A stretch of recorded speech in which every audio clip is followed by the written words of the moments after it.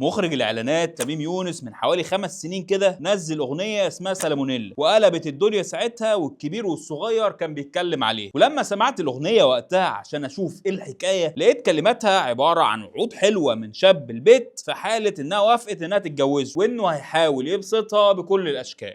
كلام يحترم. لكن بقى في حاله ان البيت ما وافقتش عليه، الوعود دي بتتحول لهجوم عليها وتهديدات، وبيقول من الاخر يعني ان انا هروح افضحها، وبيقول لها بلا فرح بلا شقه عشان تبقي تقولي لا. ومع ان الاغنيه كوميديه، ولكن خلتني اسال نفسي سؤال مهم: هو ليه في ناس بتكره الرفض قوي كده؟ وليه في بعض الحالات ممكن يقلب معاها العنف؟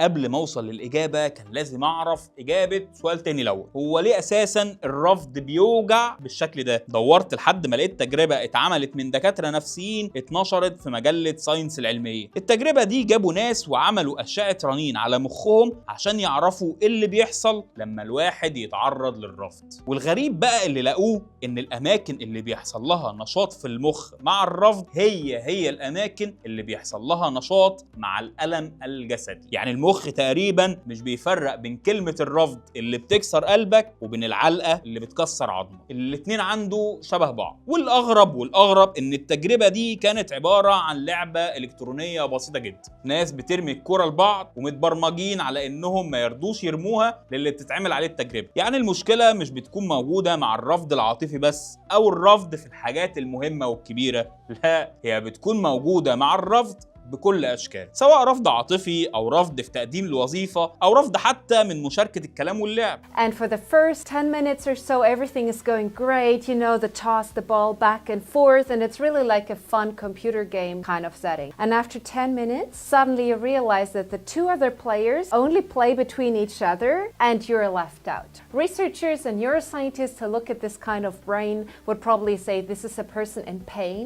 So whether you're excluded socially or whether somebody throws stones at you, the impact on your brain is the same. بس برضو حسيت ان التجربة دي لسه ما جاوبتش على السؤال اللي انا بسأله: ليه الرفض بيوجع الواحد بالشكل ده؟ بالعكس، ده خلاني عايز اعرف ليه المخ بيعمل كده مع الرفض.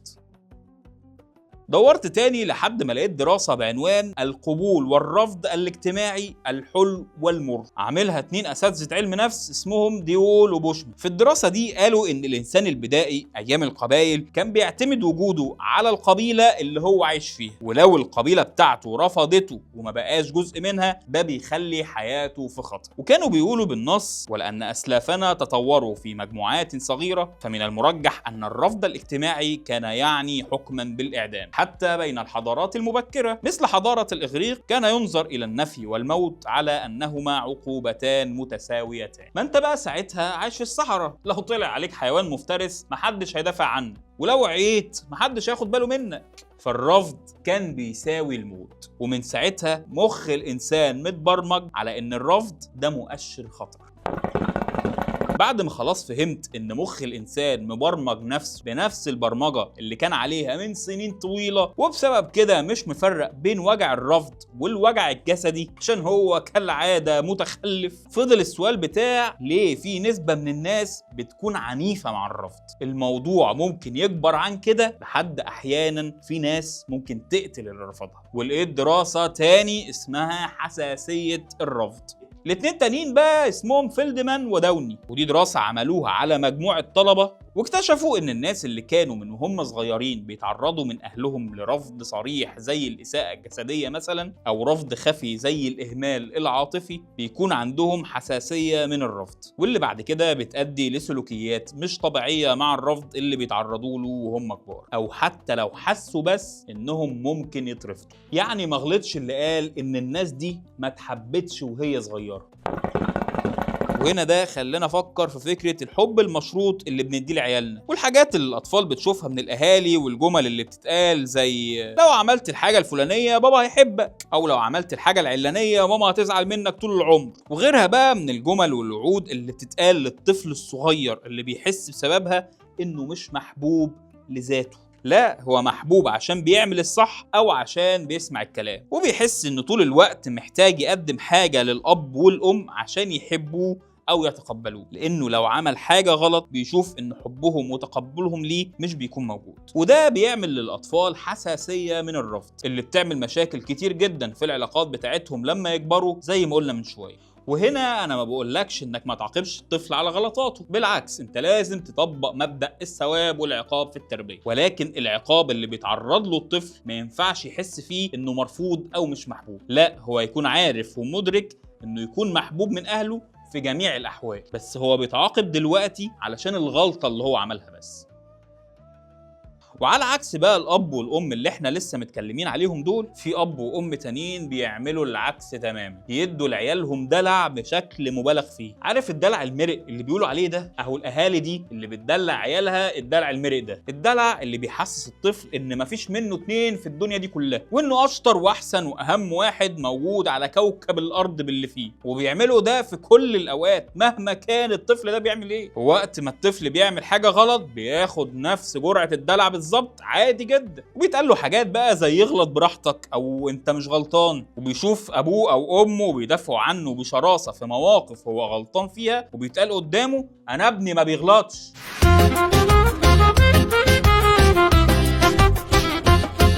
يا ساتر على المامش دول بيطلعوا لنا نموذج سيء من الابهات والامهات فيما بعدين. يعني اسوأ نموذج ممكن تعامله في حياتك هو النموذج اللي شايف انه ما بيغلطش، وامهات النموذج اللي شايفين ان ضنهم ما بيغلطش، حبة عين ماما يا نهار ابيض حبيب قلب ماما غلط، لا ده الكون كله يغلط الا حبيب قلب ماما. يعني مثلا انا اعرف واحده ست، واللي هقوله ده موقف حقيقي 100%. الست دي كانت في مرة عند قرايبهم، وابنها اللي عمره كان 13-14 سنة كان بيشرب سجاير، والسجاير اللي معاه كانت خلصت، فالست نزلت بنفسها واشترت له علبة سجاير جديدة، وده لأنها كانت خلفته بعد فترة طويلة من المحاولات الفاشلة إنها تخلف، وكانت بتدلعه بشكل غير محدود، ولكنها مش مدركة سواء هي أو أي حد بيدلع طفله بالشكل ده إن تلبية الرغبات بشكل دايم دي حاجة مش كويسة. واللي مش مدركينه برضو إنهم بيربوا في الطفل ده النرجسية، ولما يكبر بيكون حاسس إنه أحسن من الناس، وإنه فعلا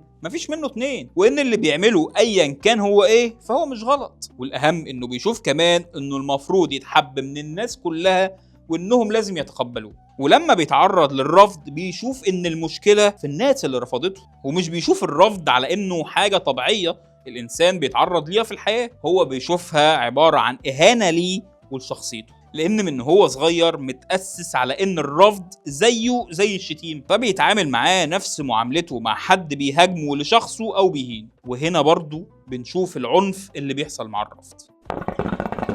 وغير الأب والأم واللي بيعملوه مع ابنهم، المدارس والتعليم مفيش حاجة فيهم بتعلم الأطفال من وهم صغيرين إن الرفض ده حاجة عادية وطبيعية، وإن الشخص عمره ما هيلاقي قبول من كل الناس. وكمان مش بيعلموهم معنى النقد الحقيقي، اللي هو لما تكون أنت عامل حاجة وأنا أقول لك إن فيها مشكلة في الحتة دي، الهدف من ده بيكون إنك تحسن من أدائك، مش إني بقل منك أو بقول عليك إنك فاشل مثلا. كل اللخبطة والعك دول بيوصلوا الواحد لما يكبر إنه لا يكون متقبل الرفض ولا فاهم النقد، وبياخد الاتنين على بعض لوكشة واحدة كده وبيسميها إن الشخص ده بيقل مني. ومع الوقت بيتحول الموضوع مع نسبة من الناس لهشاشة نفسية، وإن كل واحد بينهار لما بيسمع كلمة مش على هواه.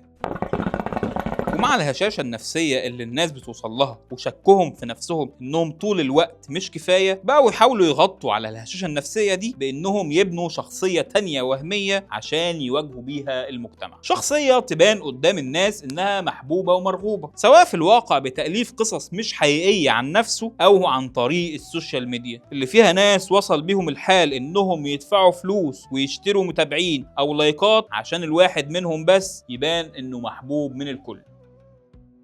ومع الموجة الجديدة بتاعت السوشيال ميديا وان الموضوع فعلا بقى اللي عنده متابعين ولايكات كتير بيبانوا انه شخص محبوب ومتقبل وفوق النقد، الشخص اللي بيكون راسم شخصية وهمية هو نفسه ساعات بينسى ان دي شخصية وهمية، وبيصدق انه ما ينفعش حد يرفضه او حد ينتقد هو حاجة بيعملها، ورد فعله عن الموضوع ده بيكون عنيف وبيهاجم اي حد ما يأمنش على كلامه.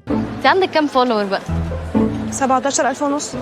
مايكرو انفلونسر يعني الواحد بيبقى فاكر ان هو عشان يطلع علشان يتشاف عشان هو نو بادي عنده 7000 على الفيسبوك. هو انا نو بادي عشان انا عندي 7000 فولورز ولا نو بادي عشان شخصيتي نو بادي بقى وكده؟ يعني هل انا بيتم تقييمي على حسب عدد الفولورز اللي عندي؟ دي طريقه بتقيمي بيها البني ادمين في حياتك؟ خلاص ما عندكيش حياه بره السوشيال ميديا لدرجه ان انت بتقيمي الناس على حسب عدد الفولورز اللي عندهم. استاذه كنزي ما تنسيش نفسك. كمان موضوع الشخصيه الوهميه القويه اللي مفيش منها اتنين دي انتشر في الاغاني اللي الناس بتسمعها طول الوقت، وكتير من الاغاني بقت عباره عن كلمات بتقول انا شخص جامد، وكل واحد بقى شايف نفسه انا ثابت، انا جامد، انا اسد، انا عنبه. فمين انت عشان تيجي تنتقد؟ والناس تيجي تاخد اكتر مقطع من الاغنيه في تعالي وغرور وبينزلوه على صورهم. وعشان زي ما قلت لك قبل كده في حلقه ميسي ورونالدو ان البطل ما ينفعش بطولته تظهر من غير بطل مضاد ليه، فالنوع ده من الاغاني ما بقاش بس يقول انا جامد، لا هو بقى بيقول انا جامد وانت وحش وغيران مني ومن نجاحي. وهنا ظهر مصطلح الاخصام، وعلى راي اللي قال كلها بقى ليها اخصام، كلها بقى ليها اعداء. والموضوع اتطور اكتر واكتر، واللي بقى بينتقدني او بيرفضني هو خصمي وعدوي، وبيعمل كده عشان هو غيران مني ومن نجاحي ومن انجازاتي. والموضوع بيتحول لحرب كلامية، وأحيانا أكتر من كلامية بين الناس. اختيارك ليا كخصم بيرفكت، خصمتك مزة، خصمتك حلوة. هو أنا عايزك تبعت لهم رسالة وتقول لهم إن أنا شغلهم كلهم، وعايزك تبعت لهم رسالة وتقول لهم إن أنا هفضل أحرق دمهم. كلها عاملة أخصام وأشباح، أوعى أخدع الدنيا ليك ينسيك إن أنا اللي كنت ليل ونهار حاطط عليك. هتزعل منه رب اللي خلاني وأنت مش عامله خصوم. يعني أنت يوم ما تفكر تيجي عليا أنا؟ أخصام مين يا عمنا؟ إحنا طول الأرض بيحبنا. ابعد. لينا أخصام، أخصامي كلها إفراط. إلى جميع أخصام انفروا من عاد جايكم انت نتكلم. غلبوا كل الأخصام، أنا لسه على ما يرام. طول عمري أنا رقم واحد، سبت لكم باقي الأرقام. أنا لو لمحته هينولو. بيسوع عامل تمثال آخرك شبشب على وشه. فكر قبل ما اتكلم إن أنا اسمي بموت.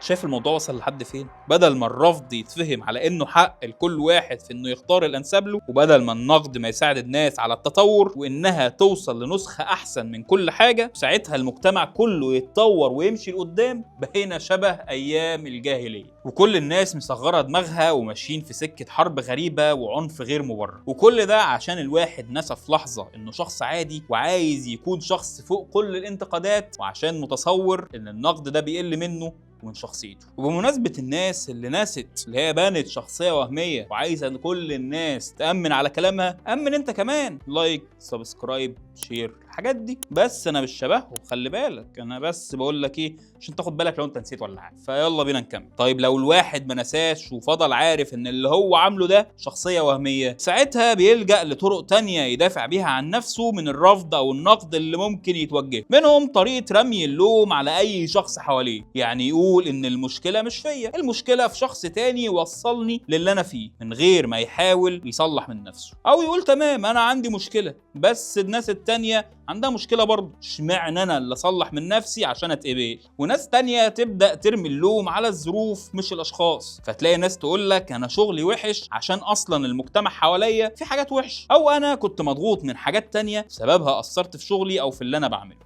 وعشان تبقى فاهم انا هنا بتكلم عن الناس اللي بتاخد الحاجات دي حجج من غير ما تحاول في وسط الظروف اللي حواليها انها تعمل شغلها كويس، لان في الاخر الحياة عمرها ما هتديك ظروف مثالية في كل حاجة، واحنا كلنا بنحاول اننا نكون كويسين في وسط الظروف اللي احنا بنتحط فيها.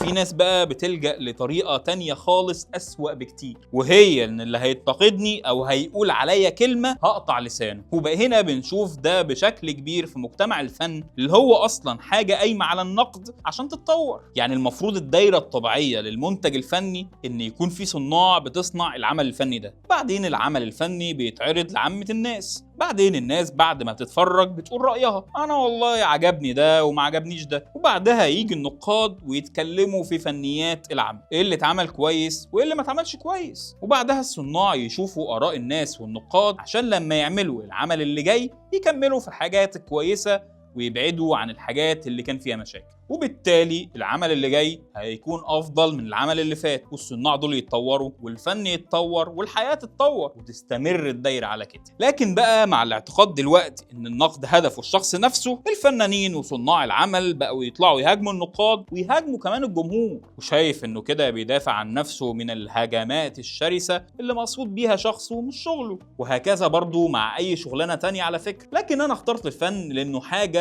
قايمة أصلا إن اللي بيتفرج يقول رأيه، ومن هنا بقى بقينا نشوف ردات فعل غريبة ناحية النقد، والجمهور لما بيقول على حاجة إنها مش كويسة ممكن يطلع فنانين يطالبوهم بإنهم يتفرجوا وهم ساكتين من غير ما يتكلموا. ووصل الحال مع صناع عمل معين كده من فترة قريبة إن اللي قال إن الفيلم فيه مشاكل بقوا بيشتموه بشتايم من أفظع الشتايم كمان. مخرجنا الجميل ده لما أي حد يتكلم على فيلم وينتقده يقول له اخرس يلا، أنت ما بتفهمش حاجة، أنت حمار، أنت بني آدم أهبل، أنت مالكش عايزة، انت مالكش دعوه بالافلام الفنيه دي، انت اخرك تتفرج على افلام تجاريه مع رخيصه وافلام اكشن. اي حد يتكلم عن فيلم وحش يخش عليه كده. في ناس كتير بتكتب كلام ممكن يكون فيك على السوشيال ميديا، في ناس كتير بتبقى مستخبيه وما بتقولش عن حقيقه شخصيتها. يوه ده كتير قوي بالظبط، ومدفوع لها. ولو جيت فتحت البروفايل مش هتلاقي حد اصلا. طبعا بالظبط. ليه ما تتفرج يا عم وانت ساكت يا عم؟ عجبك يا باشا، خلاص بشر عاديين خالص. يعني هو اما يبقى حد من الجمهور انتقد بيبقى الحد دوت احمد زويل، يعني نجح في كل حاجه في حياته ما عندوش غلطه، فمش سامح لي انا باي غلطات خالص. انا مش عارف ليه بيعملني كاني لازم اطلع الطالب المثالي. يعني هو مثلا هو احمد زويل خد نوبل في العلم وكل حاجه من اولى ابتدائي الرابع جامعه الاول على دفعته، اميز جوز واميز ابن واميز اب واميز اخ، وعامل فلوس مارك زكربرج، وعامل نجاح احمد زويل وفي حرفنه ميسي في الكوره وفي اداره محمود الخطيب للنادي الاهلي. انا مش عارف، وجاي عليا انا زعلان ان البنت طلع صوتها عالي في مشهد. ما انا يا ابني بغلط زيك انت، يعني انت بيرفكت وانا اللي وحش. يا عم انا بغلط، عندي غلطات، طب عندي حاجات في سيد الناس غلط. انا ما كانش المفروض اعمل صوتهم عالي، المره الجايه هعملهم مش عالي. هنعمل ايه بقى؟ هننتحر؟ هناخد المسلسل نحضن بعض كلنا ومطالبنا ان احنا نروح نقف على كوبري قصر النيل ننتحر عشان عملنا الصوت عالي؟ انا مش فاهم، انت بتطالبني بالكمال لله وحده يا عم. انت بتنقل السوشيال ميديا غلط، انت نقلت قبل ما تيجي الندوه قالوا ايه عن الموسيقى؟ نرجع تحداك في كل نقطه. من هذه الشخصية لتنتقد؟ أنا هقوم أمشي. ده قالت علينا رمم في بوست، دي أبوها اتبرع منها على الهوا، أبوها اتبرع منها، هو عايش قدامي في مكتبه، أنا رافض إنها تخش المداخلة. السلام عليكم. اما بقى لو حد اتجرأ وطلع وقال على اليوتيوب كلام عن الفيلم او المسلسل، الحلقه بتاعته بتتمسح او القناه بتتقفل خالص، وده ما بقاش بس تصرف فردي، ده بقى توجه شبه عام للموضوع، ده من شركات الانتاج كمان. فالوضع دلوقتي بقى انك يا تقول كلام كويس عني يا هقطع لسانك لو قلت ان في مشكله، عشان انا مش هسمح انك تبوظ الشخصيه الوهميه اللي انا عمال ابني فيها بقالي سنين.